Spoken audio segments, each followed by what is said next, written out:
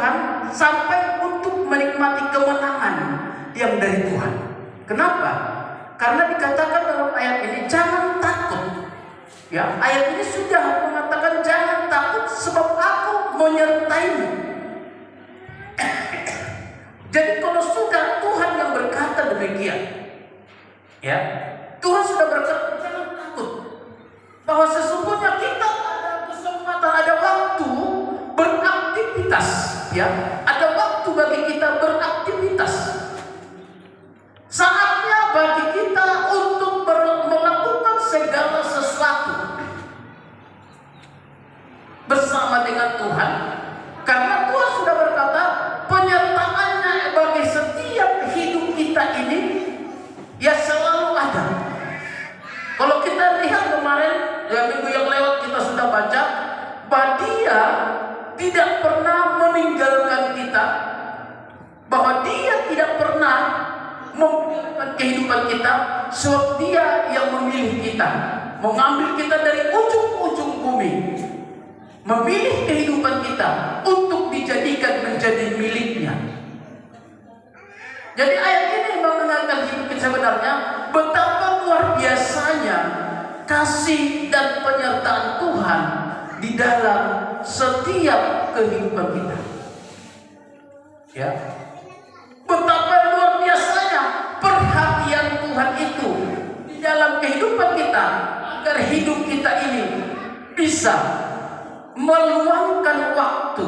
Masalahnya di sini sekarang kita seringkali tidak bisa meluangkan waktu untuk Tuhan. Seringkali kita tidak bisa. Kita masih ragu untuk mempergunakan waktu itu. Kita masih bimbang untuk bertindak dalam segala sesuatu. Sebab ayat ini sudah berkata jangan takut sebab aku menyertai kau. Jangan bimbang sebab aku ini Allah. Sudah Tuhan nyatakan bahwa pribadinya siapa di dalam setiap kehidupan kita. Coba kalau kita baca di dalam ayat yang ke-13, ayat 11, ayat 11 dan 12. Tuhan, sesungguhnya semua orang yang bangkit amarahnya terhadap engkau akan mendapat malu dan kena noda. Orang-orang yang membantah engkau akan seperti tidak ada dan akan binasa. Engkau akan mencari orang-orang yang berkelahi dengan engkau, tetapi tidak akan menemui mereka. Orang-orang yang berperang melawan engkau akan seperti tidak ada dan hampa. Perhatikan ini. Coba, apa lagi alasan kita tidak yakin kepada Tuhan? Apalagi alasan kita bahwa kita ini menjauhkan diri dari Tuhan? Apalagi alasan kita tidak melakukan firman? Coba, ayat ini sudah jelas. Ayat 11 dikatakan, sesungguhnya semua orang yang bangkit amarahnya terhadapmu. Perhatikan ini. Sesungguhnya semua orang bangkit amarahnya terhadap engkau akan mendapat malu. Dibaila dibatado akka nama muraimu. Ya, ini harus kita perhatikan ini. Jadi kalau ada alasan bagi kita tidak percaya lagi akan Tuhan, ya, ini menjadi sesuatu hal yang harus kita perhatikan di dalam setiap pribadi kita, supaya kita lihat bagaimana kemurahan Tuhan di dalam setiap pribadi kita. Ya, ini yang akan kita lihat. Saya akan bacakan dulu dari bahasa Batak. Idama ikon maila jala tarurak sude akan namar somor niroham midaho gabedoson naswada nasida jala siap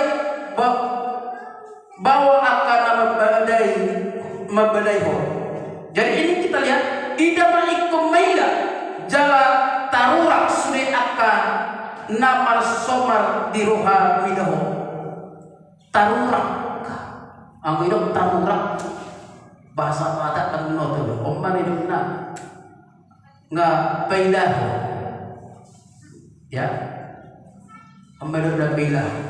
Jadi kita lihat dengan jelas bagaimana Tuhan membela setiap kehidupan kita.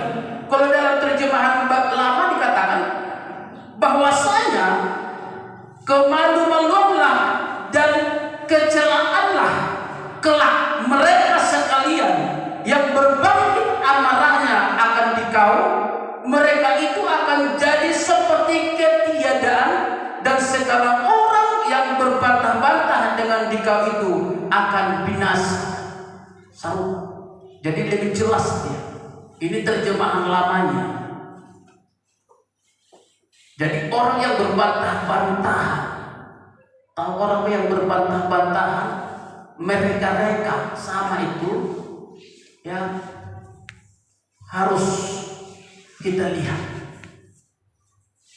Jadi kalau kita kembali ingat di dalam kitab Yesaya ayat pasal 1 tadi, ayat 9, ayat 8 dan 9, bagaimana Tuhan memilih kita dari ujung-ujung bumi, ya, dari penjuru-penjuru bumi, dan kita dipilih bahkan tidak menolak kita. Tuhan tidak menolak kita. Dan kalau kita kembali lihat tadi di dalam ayat 11, sesungguhnya semua orang yang bangkit amarahnya terhadap engkau akan mendapat malu dan kena noda. Ini yang harus kita lihat. Ikut dipela, tarurak masa Batak. Jadi ada bagi kita alasan lagi. Siapa kita sebenarnya? Kok sampai Tuhan membela kita? Nah, siapa kita sebenarnya? Kok sampai begitu Tuhan perhatian sama kita? Perhatikan ya. Orang-orang yang sudah masuk dalam pilihannya Tuhan, selalu Tuhan akan jaga. Orang-orang yang sudah masuk dalam panggilannya Tuhan akan selalu Tuhan pelihara. Makanya gak usah takut. Jangan takut melakukan segala sesuatu apapun karena firman. Gak usah takut. Pembelaan Tuhan itu ada. Pembelaan Tuhan itu ada. Pertolongan Tuhan itu ada. Ini jelas kita lihat. Dan di dalam ayat 12 tadi kita perhatikan, dalam ayat 12, ya, firman Tuhan, engkau akan mencari orang-orang yang berkelahi dengan engkau, tetapi tidak akan menemui mereka. Orang-orang yang berperang melawan engkau akan seperti tidak ada dan hampa. Perhatikan ini, ya, engkau akan mencari orang-orang yang berkelahi dengan engkau, tetapi tidak menemui mereka. Orang-orang yang berperang melawan engkau akan seperti tidak ada dan hampa. Isenaya merbedai alami Tuhan tatuho sampai di paurak mungkin ita di pailan di pakilai serta di katai di hosomi alai ikon malului ma suatu waktu tang japok mobil di dia harap kope dan kinoto tu dia mago sota foto-foto. Hampa, hidup orang seperti tidak ada hampa. Ini yang harus kita lihat di dalam setiap pribadi kita, ya, agar kita juga senantiasa memperhatikan bagaimana Tuhan selalu peduli akan setiap kehidupan kita. Ini supaya kita perhatikan ini, agar jangan sampai kita merasakan takut. Sebenarnya itu juga supaya kita ini jangan takut untuk melakukan apa yang Tuhan rindukan kita berbuat, agar kita jangan takut datang kepada Tuhan. Karena Tuhan begitu perhatian di dalam setiap pribadi kita. Makanya Tuhan membutuhkan tindakan kita hari ini. Amin. Tuhan mau membutuhkan sejauh mana kita bisa bertindak karena Dia. Sejauh mana? Karena tindakan itulah porsi iman kita. Tindakan perbuatan itulah porsi iman kita kepada Tuhan lewat firman-Nya.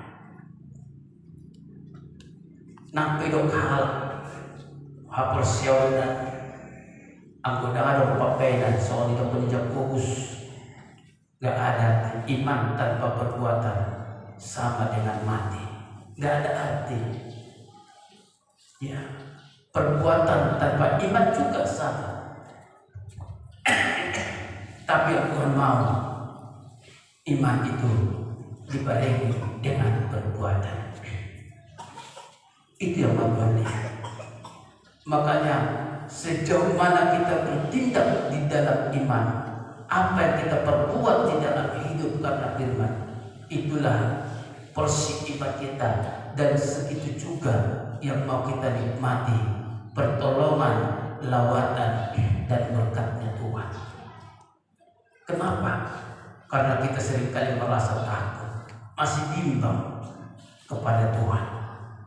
Kebimbangan ini kita belum yakin full, maka kita masih rasa takut melakukan apa yang mau Tuhan perbuat.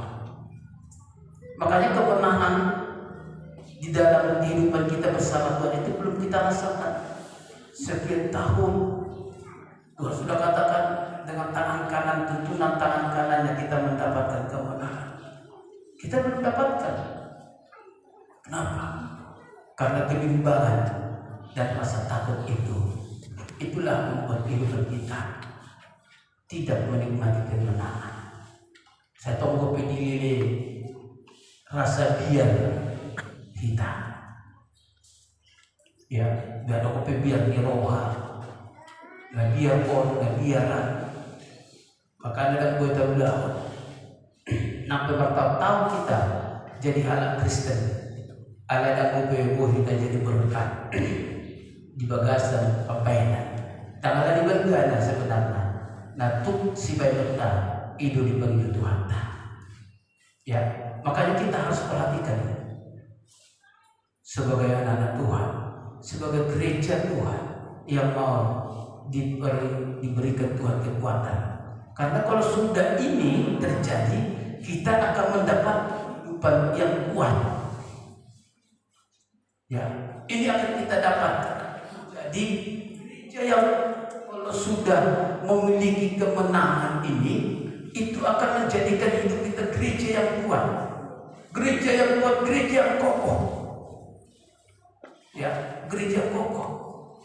Makanya di awal ini kita nggak bisa berbicara langsung gereja yang kokoh, padahal kita tidak mampu melakukan segala sesuatunya.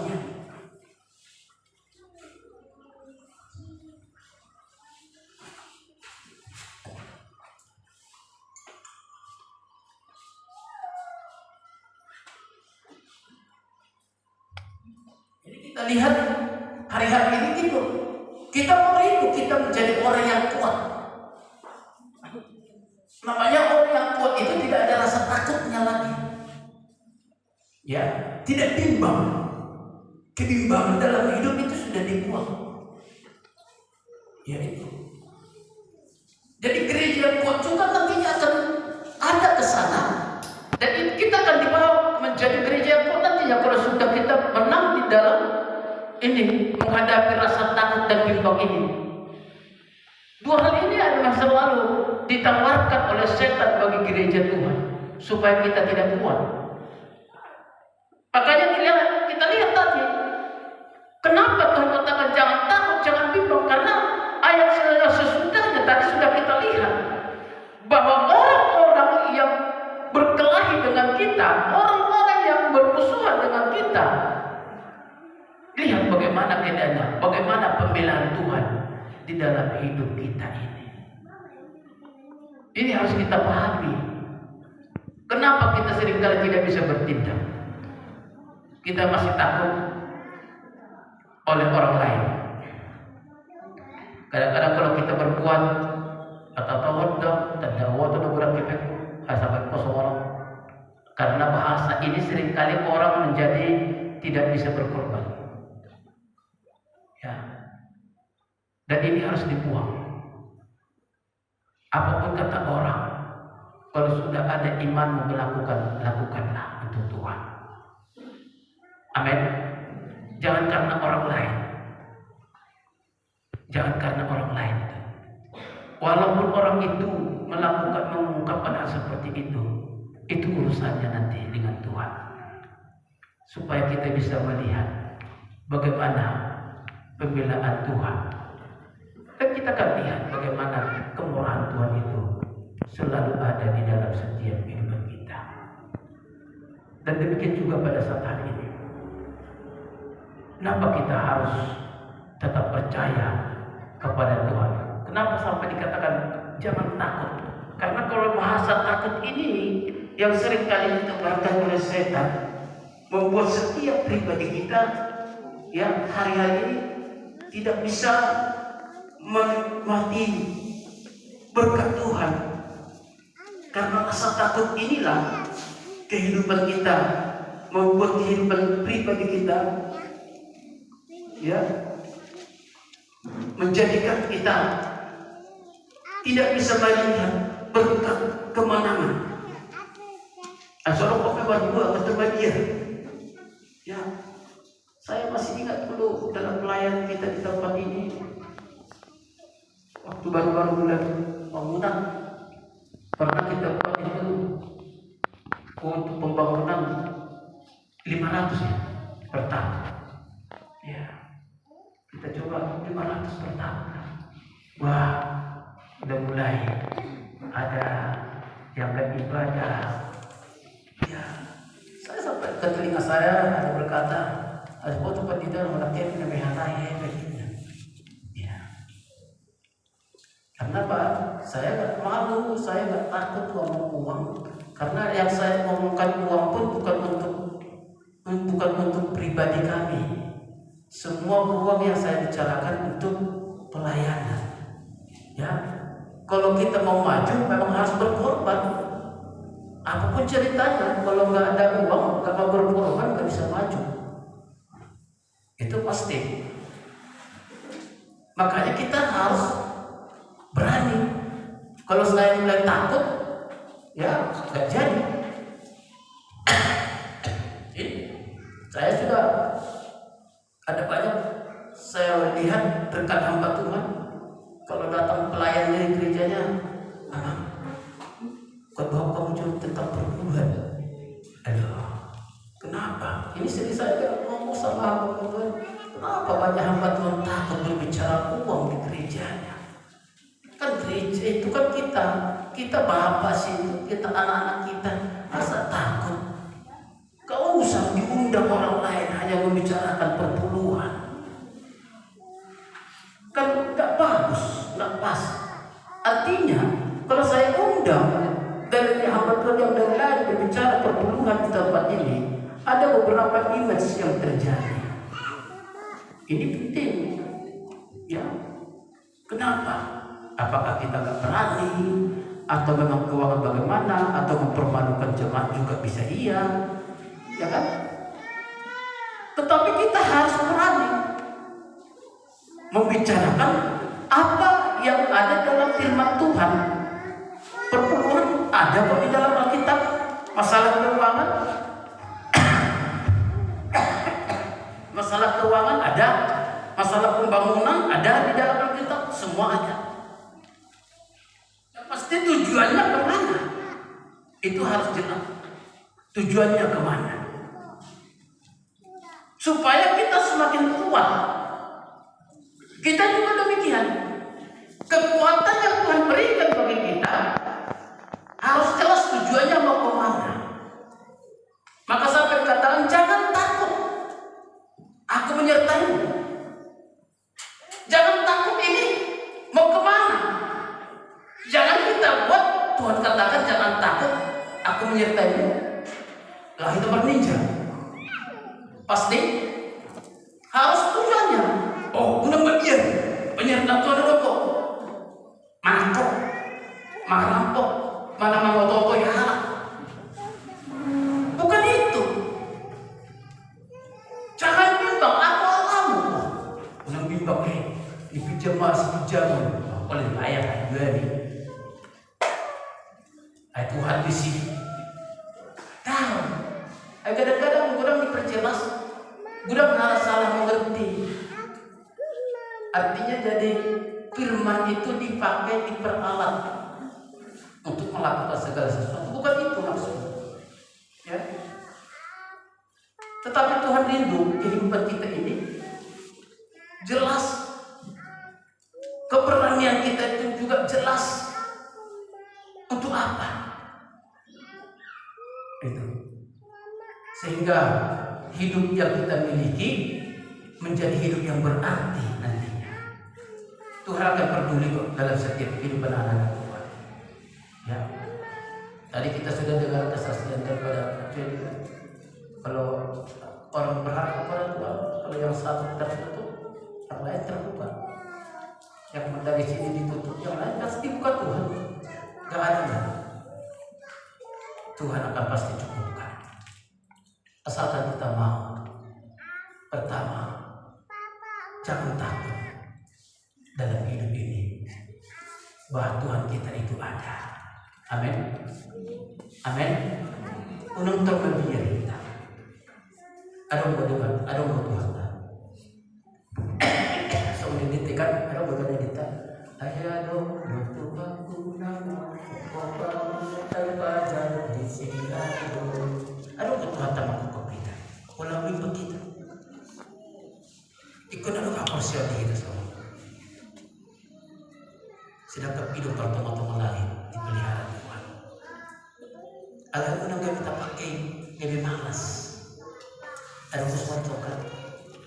Ada Tuhan deh. Kokohan na dilihat itu, kami dah malu kering, dah tusi, larina. Makanya kita juga harus lihat dengan jelas kita akan melakukan segala sesuatu tindakan itu, maka Tuhan akan senantiasa campur tangan di dalam setiap kehidupan kita. Amin. Amin. Kenapa lagi lihat? Perguguni Tuhan kita, bukan Tuhan gak kepedulian lagi dalam mensyukurkan akan kebutuhan kita. Asal kita bersiap untuk Tuhan. Terbuka mata, tanpa ringkas permulutan nalau melalui Tuhan. Pasti Tuhan akan membaca. Gak bisa, gak ada kata mudah-mudahan. Yang tidak mungkin, pasti mungkin. Yang tidak bisa, pasti bisa. Itulah kemurahan Tuhan itu, yang tidak pernah terselami oleh siapapun. Makanya hari ini yang mau kita kerjakan adalah keteguhan hati kita. Ini yang penting bagi kita, keteguhan hati kita. Jika keteguhan hati ada di dalam setiap pribadi kita, maka kehidupan kita akan mendapatkan sesuatu yang luar biasa di dalam hidup. Maka kita akan melihat bagaimana pertolongan Tuhan. Agar kita bisa merasakan kuasa Allah di dalam setiap pribadi kita hari-hari ini. Ini penting ada. Jika hati ini bisa diteguhkan, maka kita akan mendapatkan janji daripada Tuhan. Jadi kalau kita tidak memiliki keteguhan hati, coba dibaca dulu dalam 2 Tawarikh pasal 1.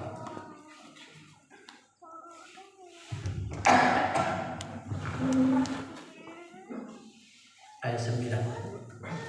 2 Tawarikh 1 ayat 9. Demikian firman Tuhan.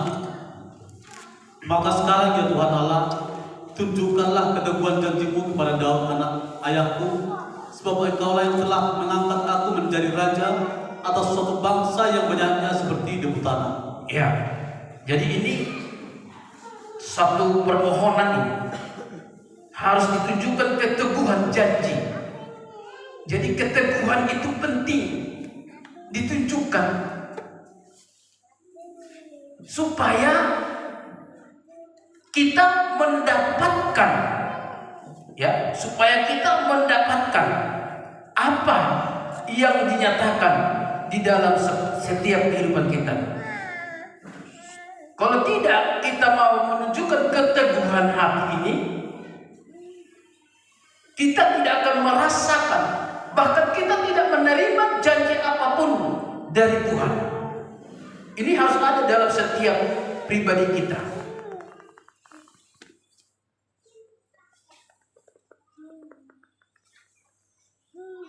Karena banyak orang mau itu hidupnya dipelihara, tapi tidak ada keteguhan hati. Banyak orang merindu berhasil, tapi keteguhan hatinya tidak ada. Dan hari-hari ini yang terjadi bagi kita, sehingga seringkali kita tidak menerima setiap janji Tuhan karena hati kita tidak teguh. Ya, hati kita bimbang, hati kita plimplan.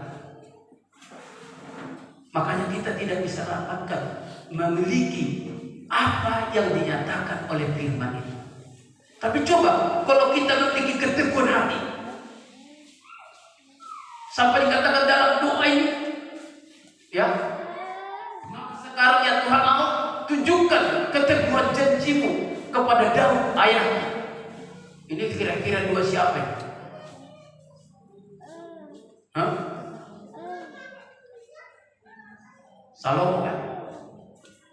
Karena ayahku. Maka dikatakan, sebab engkaulah yang telah mengangkat aku menjadi raja atas suatu bangsa yang banyak seperti debu tanah. Jadi dia minta keteguhan janji Tuhan itu atas pengangkatan Allah kepada Daud ketika Salomo mau menjadi pemimpin. Maka demikian juga kita.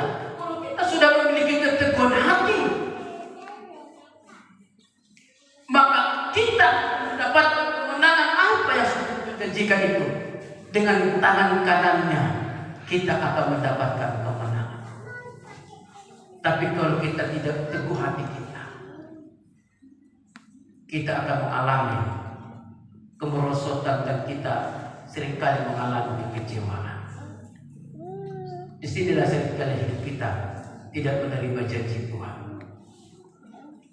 Kenapa? Janji itu tidak tertepati dalam hidup karena keteguhan hati kita juga tidak ada. Maka seringkali kita salahkan Tuhan, padahal kita tidak memiliki keteguhan hati. Tuhan melihat hal ini. Itulah kerinduan Tuhan dalam hidup kita pada hari ini. Milikilah keteguhan hati kita, supaya kehidupan yang kita miliki menjadi suatu kehidupan yang begitu kuat di dalam setiap pribadi kita. Coba dibaca di dalam Yesaya 50 ayat 7.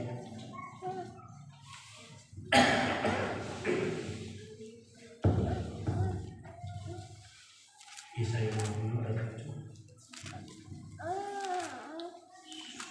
Yesaya 20 ayat 7, demikian firman Tuhan. 50. Yesaya 50 ayat 7. Demikian firman Tuhan. Tetapi Tuhan Allah menolong aku, sebab itu aku tidak mendapat noda. Sebab itu aku meneguhkan hatiku seperti keteguhan gunung batu, karena aku tahu bahwa aku tidak akan mendapat malu. Iya, perhatikan ini. Sebab itu aku meneguhkan hatiku seperti keteguhan gunung batu.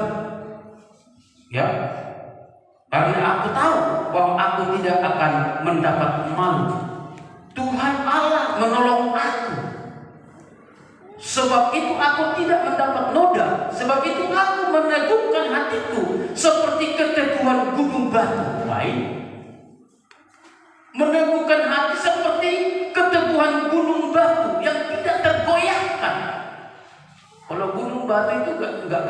itu digoyahkan gak gampang itu. Untuk digleder pun susah itu. Namanya gunung batu. Ya, bukan gampang.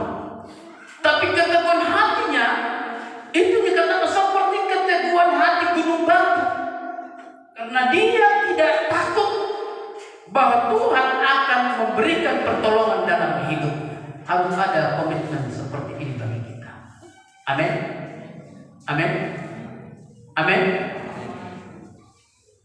Jangan pelan, jangan kau gampang gol.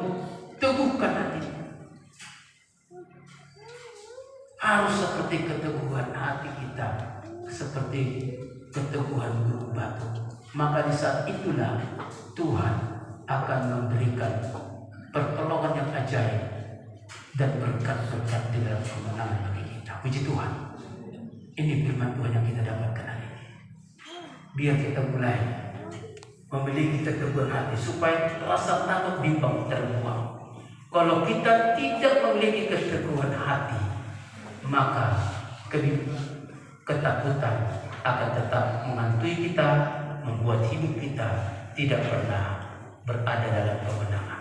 Tuhan memberkati kita.